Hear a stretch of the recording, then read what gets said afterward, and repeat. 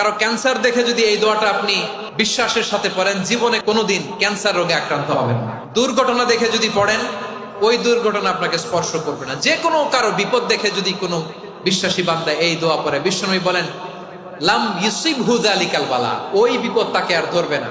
উফিয়া মিনহু মিন যালিকাল বালা কাইনাম মা কান, সে যতদিন হায়াত পাবে কোনোদিন ওই বিপদ তাকে স্পর্শ করবে।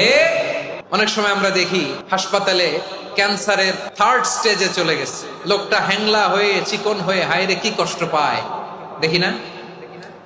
বিশ্বনবী বলে একটা দোয়া যদি কেউ অন্যের কোনো বিপদ দেখে পড়ে, ওই বিপদ তার জীবনে কখনো আসবে না।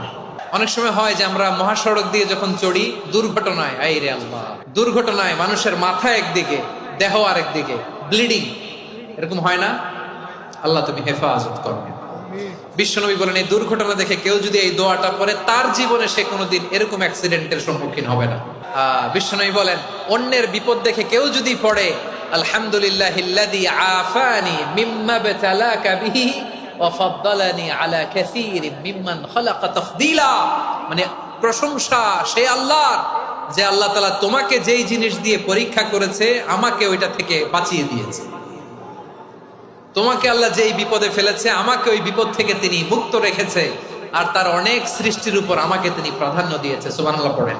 আমার প্রিয় ভাইরা, তাহলে পুরো আলোচনার সেন্ট্রাল থিম হচ্ছে আমাদের জীবনে বিপদ আসবে, কষ্ট আসবে, দুঃখ আসবে, কিন্তু বিপদে আপদে আমরা হাল ছেড়ে দিব না, হতাশ হব না।